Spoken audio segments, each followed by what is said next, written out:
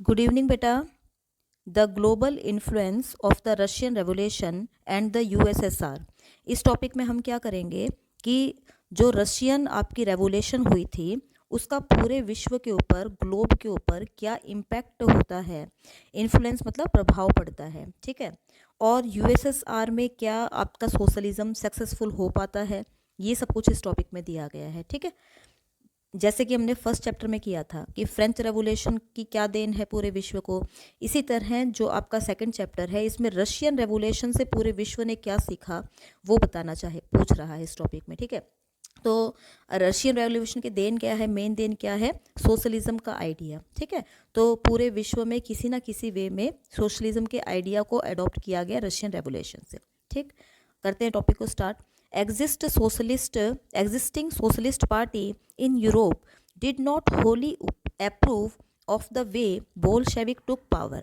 क्या कह रहा है कि यूरोप के अंदर जो सोशलिस्ट पार्टी एग्जिस्ट कर रही थी ना बेटा, वो बिल्कुल होली अप्रूव मतलब बिल्कुल वैसी नहीं थी जिस तरीके से बोल्शेविक पार्टी ने पावर को गेन किया था ना और उसको बनाए रखा था, वैसा आपका यूरोप के अंदर है पावर सोशलिज्म का आइडिया नहीं आया था।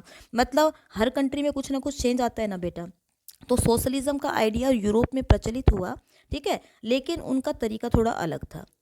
However, the possibility of worker state fired people imagination across the world। लेकिन फिर भी हम क्या कह सकते हैं कि जिस तरीके से ना जो आपका वर्कर्स है उन्होंने पावर को गेन किया था ना भाई, उससे क्या हुआ कि थ्रू आउट द वर्ल्ड क्या है, लोगों की कल्पना से भी परे, फायर्ड क्या होता है, फायर्ड पीपल मतलब इमेजिनेशन, इमेजिन कल्पना, इससे लोगों को जो भी कल्पना भी नहीं की थी लोगों ने कि इस तरह से ना कभी वर्कर्स की एक स्टेट स्थापित हो सकता है। लेकिन रशिया में क्या हुआ था, पावर सारी किसके पास में आ गई थी, वर्कर्स के पास में। तो फिर ये मतलब कि यूरोप है, अदर कंट्रीज़ हैं, उनको एकदम से उनकी imagine through out the world लोगों की इमेजिनेशन से भी परे काम हुआ, ठीक है।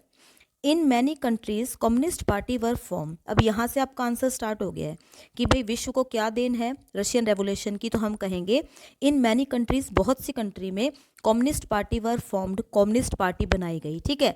कहाँ बनाई गई, तो इसका एग्जाम्पल दे रहा है आपको, देखो like the communist party of great Britain, कि देखो ग्रेट ब्रिटेन में रशियन रेवोल्यूशन से प्रभावित होकर आपकी कम्युनिस्ट पार्टी स्टैब्लिश की गई।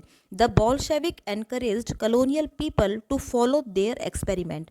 और अब एक पॉइंट तो आपको यहाँ पर हो गया कि भाई अब जैसे ना कम्युनिस्ट पार्टियाँ बनी विश्व में, ठीक है। दूसरा पॉइंट आपका बेटा यहाँ पर हो गया कि बोल्शेविक ने ना एनकरेज किया कॉलोनियल पीपल को। कॉलोनियल पीपल कौन होते हैं, जैसे भारत किसकी कॉलोनी थी, ब्रिटेन की। तो जो रशियन रेवोल्यूशन है उसने औपनिवेशिक जो देश हैं उनके लोगों को ये प्रेरित किया, एनकरेज किया कि भाई जैसे हमारी कंट्री के अंदर ना सोशलिज्म आया है वैसे ही आप भी एक्सपेरिमेंट करो, हमें फॉलो करो, ठीक है। मैनी नॉन रुको बेटा many non Russian from outside the USSR participate in the conference of the people of the east. बेटा 1920 में एक कॉन्फ्रेंस होती है पीपल ऑफ द ईस्ट की, ठीक है, ईस्ट के लोगों की कॉन्फ्रेंस होती है और उसमें ना बहुत सारे नॉन रशियन लोगों ने भी पार्टिसिपेशन किया था, ठीक है। आउटसाइड द यूएसएसआर, भाई यूएसएसआर के से अलावा जो थे ना बहुत सारे नॉन रशियन हैं, उन्होंने इस आपका conference of the people of the East में पार्टिसिपेट किया था।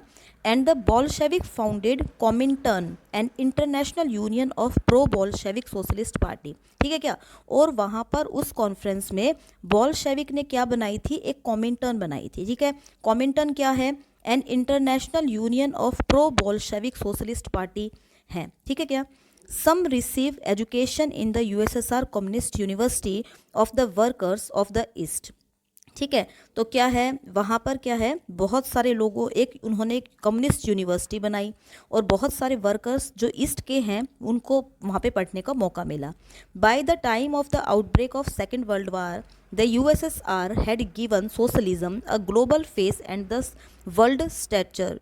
क्या कह रहा है कि जब ना आपका सेकेंड वर्ल्ड वार स्टार्ट हुआ था, ठीक है, उस टाइम पे यूएसएसआर ने जो सोशलिज्म का आइडिया है उसको ना ग्लोबल फेस प्रोवाइड किया, मतलब थ्रू आउट द वर्ल्ड वो प्रचारित कर रहा है किसको, सोशलिज्म के आइडिया को, ठीक है बेटा, तो हमने ना आपका आंसर यहाँ से स्टार्ट हो जाएगा और यहाँ तक हम कह सकते हैं, छोटे छोटे पॉइंट्स बना लेना कि पूरे विश्व को क्या देन है आपकी सोशलिज्म की। ठीक है, अब जो आपका सेकंड टॉपिक है एंड द यूएसएसआर, कि भाई क्या यूएसएसआर में क्या प्रभाव पड़ा सोशलिज्म का, मतलब अभी वो आपका नेक्स्ट टॉपिक स्टार्ट हो गया है। Yet by the 1915 it was acknowledged with in the country that the style of government in the USSR was not in keeping with the ideals of Russian revolution.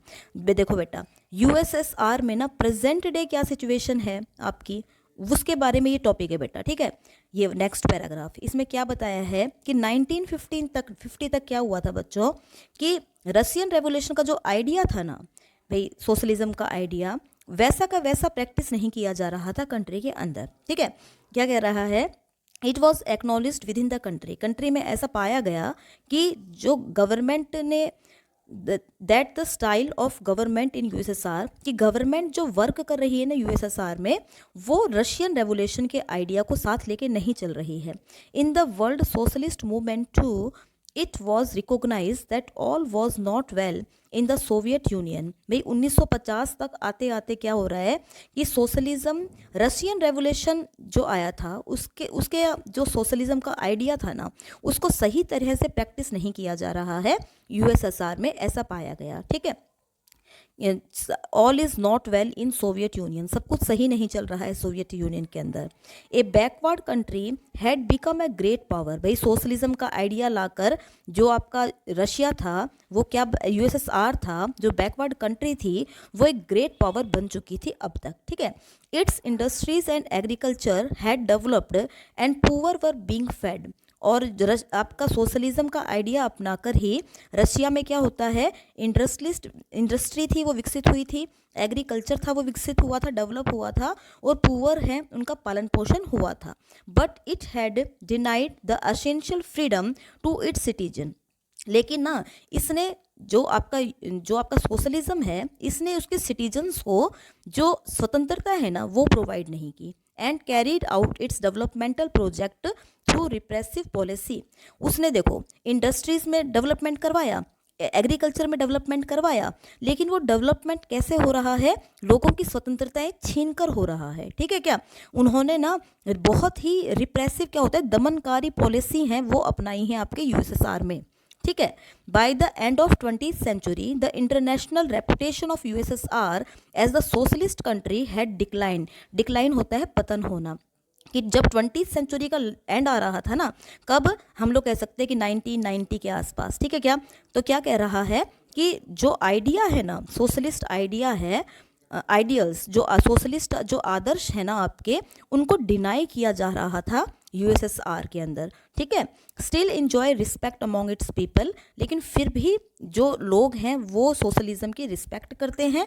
But in each country the ideals of socialism were rethought in a variety of different way, लेकिन जो आपका देखो हर country socialism के idea से तो बहुत प्रभावित है। ठीक है, क्या लेकिन हर कंट्री में सोशलिज्म के आइडिया को अप्लाई करने का एक अपना ही तरीका है। ठीक है बेटा, तो इस तरह हमने क्या देखा कि जो रशिया यूएसएसआर है ना, सोशलिज्म का आइडिया तो बहुत अच्छा है। ठीक है, क्या उसने कंट्री में डेवलपमेंट भी करवाया, लेकिन उसकी जो पॉलिसीज़ है ना बहुत ही रिप्रेसिव रही हैं, लोगों की फ्रीडम छिन गई थी। इस कारण क्या देखते हैं हम लोग कि 1990 में आपका यूएसएसआर है उसका पतन हो जाता है।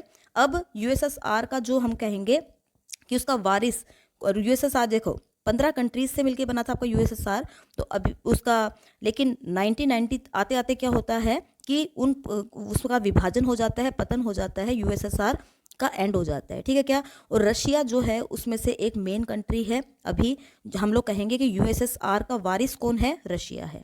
ठीक है बेटा, आई होप आपको समझ में आ गया होगा। इसमें दो ही टॉपिक है बेटा, एक तो है आपका रशियन रेवोल्यूशन का प्रभाव, ठीक है, और दूसरा है कि रशिया यूएसएसआर का पतन कैसे होता है, ये सब कुछ। ओके बेटा, थैंक यू। अगर अभी भी कुछ प्रॉब्लम है तो आप फिर से पूछ सकते हो। ओके।